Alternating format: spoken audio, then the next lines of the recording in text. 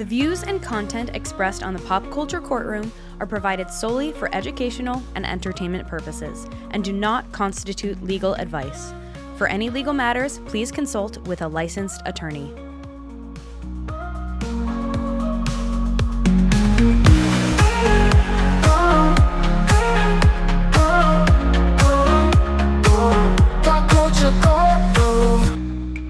Welcome back to the Pop Culture Courtroom. I'm Matt Hardin. I'm Michael Kilgore. Today we're going to be talking about the beloved holiday film, It's a Wonderful Life. This is a movie that stars James Stewart, or Jimmy Stewart as most people call him. It was made when he was 37 years old, right after he got out of World War II. It's the first movie he made after serving as an Air Corps pilot, where he actually ran missions in Germany, among other things. This is a really dark movie. I love this movie because of his basically sunny disposition. It comes across not quite as dark. And, you know, it's really one of those quintessential movies that he often starred in, which is where he's playing an average man trying to right some wrong in society. Yeah, and I think along those lines, it's a Frank Capra directed movie, and a lot of his older movies, you know, Mr. Smith Goes to Washington, Mr. Deeds Go to Town, all have that kind of everyman overcoming a large obstacle to try to make the world a little better place. Yeah. So this movie is essentially about George working for his family building and loan, provides, you know, housing to low-income folks, and the villain of the movie is Mr. Potter, who owns the bank, among other businesses. George is having a crisis where he's decided to essentially kill himself over a debt that was caused by his Uncle Billy, who grabs a paper out of Potter when he's going to do a bank deposit, and then accidentally gives him the $8,000. That mistake, there were warning signs, don't you think? Like, this uncle is not your normal uncle. He wears string around his fingers as reminders. He has rodents as home pets, like squirrels and things. So I think, you know, he's quirky enough that maybe the staff at the bank and the family might have been on notice that he wasn't the one to handle cash. The string thing, I mean, he does that even during his childhood. When George Bailey is a child, he goes in, he's got the string to remember things. I mean, they had paper then, they had pens. Can you not just write down what you got to do? Maybe have a calendar? Right. And it's definitely not someone who I want handling cash. Well, I noticed when I was rewatching this movie, it's one of my favorite movies. I think it's a masterpiece, and I watched it again this week for this podcast. And going back to your animal comment a minute ago, he's got an alarming amount of animals in this house. I mean, there's a reference to his wife having passed away, and what he has filled the void with is he had a squirrel in there, he had a dog, he has an owl, he has four, you know, what appear to be small songbirds or parakeets or something in there. He's got a pet raven. And then you look over and you realize in one of the scenes he's got a pet monkey in a cage. It's never explained, but I mean, I suppose they're just his little friends or something. Yeah. I mean, he's got to have company somehow, but it's too much. But I mean, the main setup of the movie being this whole issue with him being in the bank and this $8,000 deposit, losing it. He's literally rifling through the money immediately before, you know, Potter, and then they spend the next like 10 minutes searching for this money in various places. What mental lapse do you have that makes you forget something from 30 seconds before? I mean, has he got some kind of early dementia? I mean, has that gone back years and years? I think they went to pains to kind of create it as the most tragic scene they could possibly create. You know, everybody is screaming at the TV, "You just had it seconds ago." And he just can't even keep it together for that long. Well, and I mean, there's a reference during the alternate universe where the angel Clarence allows George to see his life as it would have been had he not lived. He asks his mother when he sees her about Uncle Billy, and Uncle Billy's is mentioned being in an insane asylum. I mean, it's quite a leap. I mean, it may be a bit of a plot device to get where we're going, because he doesn't seem that befuddled during other points of the movie. It's just one of many examples that show that George is a character who takes care of everybody in his life, and he can't even depend on, you know, his coworkers to an extent to do their jobs properly. He has to take the responsibility for them as well. And it kind of adds to this saintly quality that George has. Yeah, I mean, the central theme of this movie is that life is better if you are living for someone other than just yourself, and then to make sure you keep your friends and your family close. It's a lovely movie. Yeah. So let's talk about some of the legal aspects of this movie. There's a surprising amount of injuries in this film, Yes. that could potentially be compensable. When George is around 12 years old or so, he's got a job working at Mr. Gower's pharmacy, which is one of the first injuries that we see in this that would have some legs to it. Mr. Gower's, he goes in there, he's making ice cream with coconut on it for his future wife, who appears to be like 8 years old at the time. Yeah. We see Violet during this one scene. And anyways, we pan back to Mr. Gower, and Mr. Gower's drinking. He's slurring his words. He's drunk. Not someone you want filling your prescriptions, I don't think. Well, and what George sees is Mrs. Blaine is called in to have a prescription filled for her child who's ill. And George notices that Mr. Gower is filling a prescription from a bottle that says in big black letters, poison on it. Yeah, and you got to wonder why is the poison bottle anywhere near the medicine bottles? That's probably a violation of some kind. Well, I mean, this is not Walgreens we're looking at. This is Mr. Gower's like little town pharmacy. As far as I can tell, there's 2 employees there. It's Mr. Gower and George. I mean, that's in the universe of this movie. That's all we ever see. Right. So, George can't figure out what to do. He looks up, sees a sign, Dad always knows, or Dad knows best. And he goes to see his father, and his father's being dressed down by Mr. Potter for not running essentially a for-profit business, which is maybe the first bank ever to not do that. George doesn't get a chance to talk to his father about it, comes back to the pharmacy, tells Mr. Gower that he's put something bad in the pills. Mr. Gower, instead of looking at the, where he got the materials for the pills sticks his finger or takes his finger and like tastes some of the poison, which I think is like the craziest determination for that. Like maybe go look at the bottle that you put the medicine in. Well, before he does this, when George is trying to tell him that he's done something wrong, he is essentially smacking George in the head as hard as he can to the point where he's bleeding out of his ear. It's a very sad scene. And it just goes to show the abuse that George will take in order to make sure the right outcome happens. He goes on, he saves Mr. Gower, nothing happens. So do you think there's a potential, what we call workers' compensation claim there? Well, there would be, except I don't think the pharmacy as a business would meet the threshold that requires workers' compensation coverage. That's definitely right. So in Tennessee, there's typically going to need to be a certain number of employees there, and they have not met that threshold with only a couple of people. Even if there's a couple of more, they've not met it to where it's required that you have comp.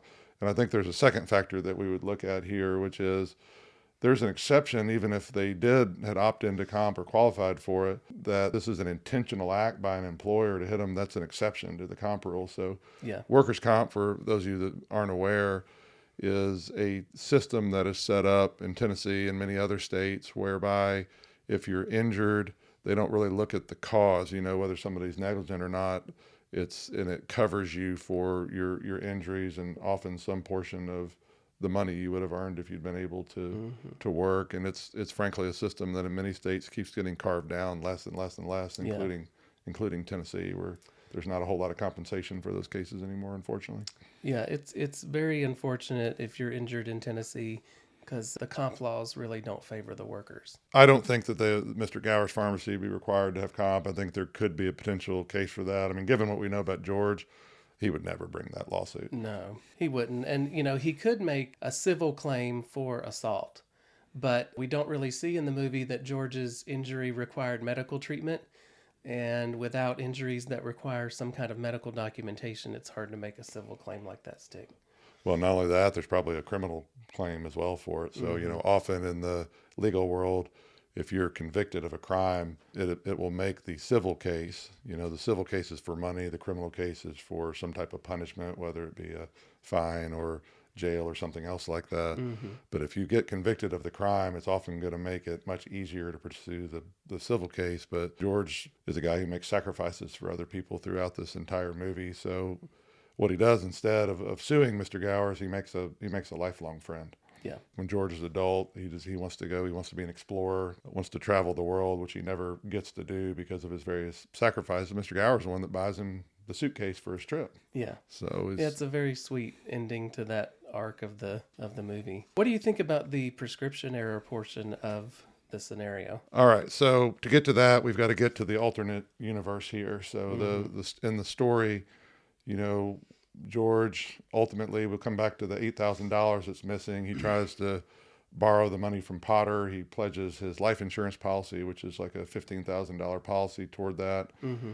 All life insurance is an insurance contract, just like you'd have a contract for your car insurance, for example. And so the terms of what is enforceable under a contract are going to be either what the language of it is or what the laws of your particular state allows you to have. Mm-hmm. And so in this case, and in most states, life insurance has what's called an exclusion clause. So that means that a lot of whether this is going to pay off for his suicide death is going to depend on what the terms of the contract are and how long he's had that life insurance in his life. This exclusionary period normally for life insurance is going to be 1 to 2 years. If you have a substantial policy, you know, they're going to make you go through a bunch of testing to make sure that you don't have health issues or propensity to harm yourself. If you've ever filled one of those out, they've got questions about whether you've had depression along with all the other stuff that's on there. So we don't really know how long it's been, but you know, there's some exceptions to that. If you have a military life insurance policy, that's going to cover you on a suicide. If you have what's called a group life insurance policy. So lots of people have policies that come with their job, for example. That's going to maybe not have exclusionary periods. So whether this is actually covered for George or not, it's largely going to depend on when he got the coverage, number one, and number two, what the terms of his particular contract says. Mr. Potter made the point to George that he was worth more dead than alive. And you hear that sometimes, people joke about it today, but it doesn't quite work that way when you're looking at what insurance policies will cover and what they won't cover. Yeah, and Mr. Potter was looking at it as what equity does it have in it as an asset to give George a loan to take care of this money that Potter stole from George and Uncle Billy in the building and loan. Right. Ultimately, Potter tells him, well, you're worth more dead than alive. And at this point, George has had years and years of slights piling up on him. He worked at the building and loan because his father died unexpectedly. Sent his brother on to college. His brother Harry is supposed to come back and fill the shoes while he went to college for 4 years. Harry decides to get married and takes a job with his new father-in-law's company working as a glass researcher. Yeah. And so then George is again left holding the bag. Even when he and Mary get married and they try to go on a honeymoon, there's a run on the bank and they have to spend all their money on that. I mean, this has been piling up for George's entire life where he's done things selflessly for other people. Mm-hmm. And at this point, he's broken. He goes home briefly before going out to get some drinks, yells at all his children, yells at Zuzu, his daughter, who gets a cold from walking home without her coat buttoned because she's got a flower she doesn't want to damage. She yells at the teacher, yells at the teacher's husband about letting her to go out like that. I mean, George is just falling apart here. Yeah, he's reached rock bottom, and I think it's understandable when you spend your whole life caring for others, but you're neglecting yourself. You're going to reach that point of burnout and desperation. So we've got George at this point going to get drinks. He sees Mr. Welch, who's the teacher's husband, finds out who he is, punches him in the face. In this 1946 universe, the bartender says, do we need to get George a ride home? And I can tell you for that time period, that's how drunk was George that they were asking that question. He had obviously lost his judgment with the way the next few scenes go. He's made a prayer at that point to try to get some help for this. And of course, he's sent Clarence, his guardian angel, to help him, but he doesn't realize that at that point. He goes down the road a little bit, drunk driving, essentially, crashes into a tree, does some damage. And what happens at that point? Yeah, so he crashes into the tree and the owner of the house comes out and confronts him about it. And I think at that point there would be a property damage claim for the damage he caused to the tree.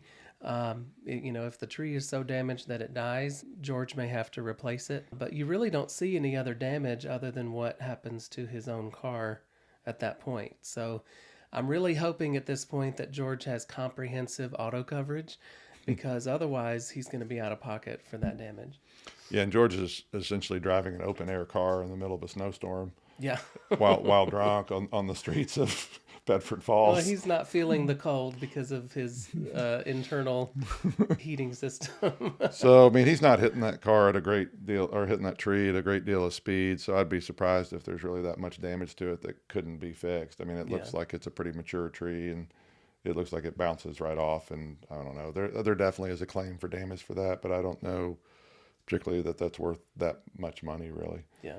So George at this point goes on to the bridge, going to commit suicide. Clarence at that point comes in and jumps in. And so George, of course, abandons that to go in to save Clarence. And then we get the second half of the movie. Mm-hmm. Second half of the movie, of course, is, what life would have been like had George never lived. Starts with his brother Harry would have drowned in that pond because he wasn't there to save him. All the people on the transport that Harry saved during the war, they all would have died as well. Wife ends up an old maid. The mother's living by herself in a boarding house, essentially. So Clarence takes him through the paces. The one of the first things they do, however, is go back to the bar to get another drink. George has clearly not had enough at this point, so they're going in there to drink. Well, this is when we circle back and frame up from Mr. Gower. Well, Mr. Gower comes in looking like a homeless person. Yeah, he has definitely had it rough in this alternate universe. Life has not gone as well for him without George in his life. Well, what we find out is that he killed that kid. The kid Mm-hmm. was poisoned because George was not there to stop it, and he served 20 years in prison for manslaughter. And so now at this point, we're looking at, is there a claim for that? 100% there is. So, in Tennessee and other states, there's cause of actions called medical malpractice. Here in Tennessee, we've renamed that healthcare liability actions. From our legislature's done that, but most people still know them as medical malpractice, meaning some medical provider has made a negligent error that's led to harm. Mm-hmm. Well, in this case, a pharmacist under any definition is a medical provider who's providing, medicine of various types to people that have illnesses or other ailments going on. So here, Mr. Gower has poisoned and killed a child. And would that be a claim? I think it would be. I mean, he clearly was negligent in filling that prescription. But, these malpractice claims require quite a bit of proof and quite a bit of work for cases like this. We know from the movie that Mr. Gower's son, who appeared to be a college-age student, has died of the flu in another county. George sees the telegram that says that, and that's why he's drinking, not in his right head. So, from a professional negligence standpoint, he's 100% liable for this. The fact that he's drinking while doing it on top of it means that in addition to, the normal damages you're going to get for a wrongful death case, which is what we call the loss of pecuniary value of your life, which is going to include loss of life expectancy, future wages, the loss of relationship from the parents to that child, all those things are kind of dialed into one in Tennessee. Well, because of the alcohol, you're also going to get punitive damages. So that's what punitive means, is to punish for one way or another. So what we see in our practice with punitive damages means that somebody's done something so far beyond the pale that they need to be punished in some way for it. And it's almost always related to drugs and alcohol, where somebody has decided to drive, or in this case, dispense poison medication to children who are ill. So why that's important is, if this particular pharmacy, we're not talking about Walgreens or CVS here. This is Mr. Gower's Bedford Falls pharmacy, or in this case, Pottersville, because they renamed the town since George isn't there. Are they going to have insurance? Well, most states require pharmacies to have some level of insurance to be able to practice their craft. In the 1940s, I don't know in Bedford Falls whether that's true or not, but for the sake of this argument, let's just say that there was insurance. Well, in addition to that, insurance is typically not going to cover punitive damages. So you're going to actually be able to go after Mr. Gower personally for this, in addition to whatever insurance coverage there is, and he's not going to be able to bankrupt it. So one of the problems we see in these cases, we do a lot of car wreck business here. If you get a case where someone has died and they don't have sufficient insurance coverage, meaning there's not enough coverage to cover whatever the injury or death was, and here you've got a child, that case is worth millions of dollars. Yeah. If you get beyond the insurance, you can go after someone's personal assets. You can't go after things like 401ks, things that are protected by law. But absent those, if you get some judgment for millions of dollars against someone and they don't have it, often somebody will just go take bankruptcy and wipe their debt out after whatever their assets will cover. Right. And so in this case, if you get punitive damages, you typically cannot bankrupt that at all. So that debt just follows, and if the person continues to work, you can garnish their wages, meaning take part of the money from the wages to pay the debt, and that debt's there forever. In Tennessee, a judgment typically is going to last about 10 years. Most other states are going to have limitations like that, but you can renew the judgment every 10 years. And in Mr. Gower's case, they probably wouldn't have gotten any of that punitive money because he isn't working. He spent 20 years in jail for manslaughter. So the family there is out of luck on that part of it. I mean, case or no case, there's definitely a case in this alternate universe. Thankfully, in the movie, George essentially asked to live again, has the wonderful happy ending at this point. There's been a warrant sworn out for his arrest. They're at his house waiting for him when he gets back. The townspeople come in and they all, pay George back for all the things he's done for him over the years by contributing money to this missing money. We're going to move on to our irrelevant evidence portion of our podcast, where we just talk about something that's not really relevant to the legal prospect, but something we just find interesting about the movie. Right. So we talked a bit about Jimmy Stewart earlier, serving in the military, served in the Air Corps, part of the Air Force as a pilot. He actually knew how to fly before the war started. Very interesting man. He's a very interesting man. He was the first major Hollywood star to volunteer to serve in World War II. He ultimately was used to do things like make videos. He made a documentary, which was actually nominated for an Academy Award during that time period to help support the war effort. He eventually realized that they were not going to allow him to go serve in actual combat areas. So he went to superior officers, said he wasn't going to do that anymore. They needed to send him somewhere. So he goes in, they send him, and he flies in missions to Germany and throughout Europe. He trains pilots, and a real contribution to the war effort.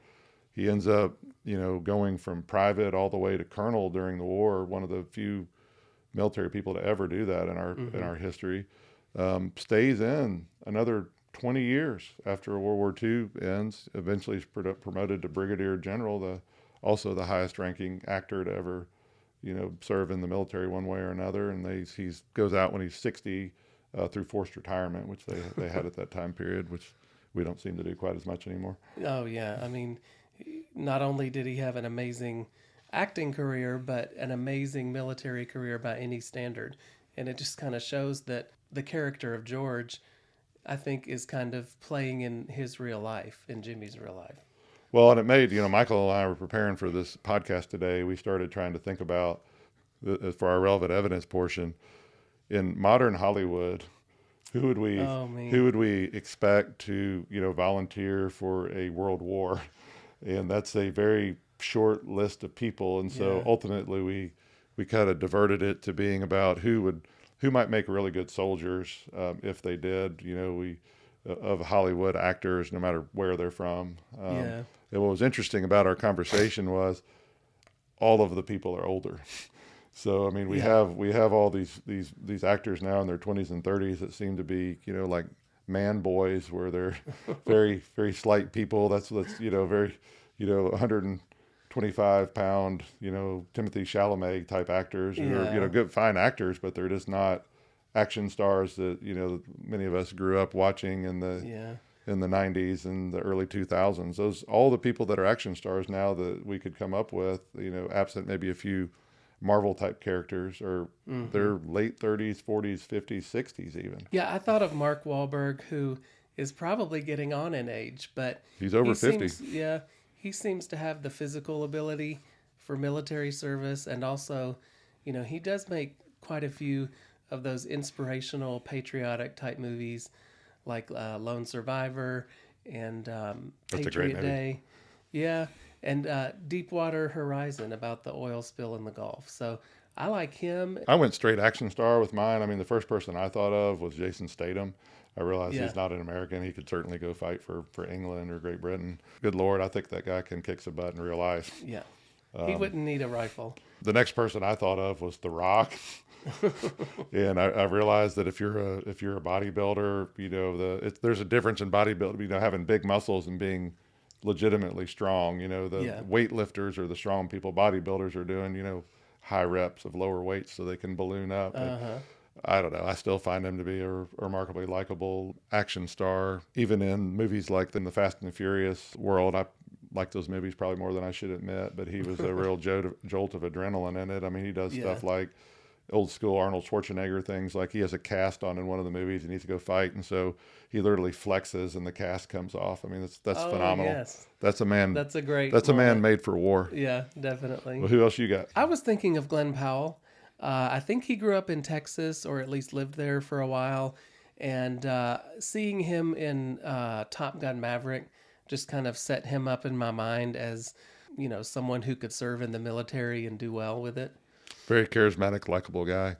Well, I wanted to get a female warrior in there for us, and I spent some time thinking about it. And the one I came up with was Zoe Saldana. Yes. And so I don't know if she can kick butt in real life. Man, she certainly seems like she can kick some butt. She can in that new show, Lioness. She's very aggressive and smart in that show. Well, and I'm seeing her through the eyes of her giant blue creature she is in Avatar. Yes. Where she's awesome. And then what else has she been in? Oh, she plays Gamora in the Guardians of the Galaxy stuff, where she's painted green or whatever. But she legitimately seems like she could beat somebody up to me and hold her own. I would throw in probably Vin Diesel too, since we've got he's kind of a rock-like character, but he seems like a kind of quintessential tough guy that might do really well. Yeah, if age isn't a requirement, I don't know how old Vin is now, but I would say late 50s. So we are, for the purposes of this fantasy conversation, we are throwing out the age requirements that our military may have to put in the action stars that we would like to see in the military. There you go. And I want to throw in Mel Gibson if we're doing that. Yeah, he's a good 70 years old. But he, if we go back to our Lethal Weapon days, he does seem like, he pops that shoulder back in, like he might have some toughness about him. Oh yeah. And I'll let's do one honorable mention for this. Okay.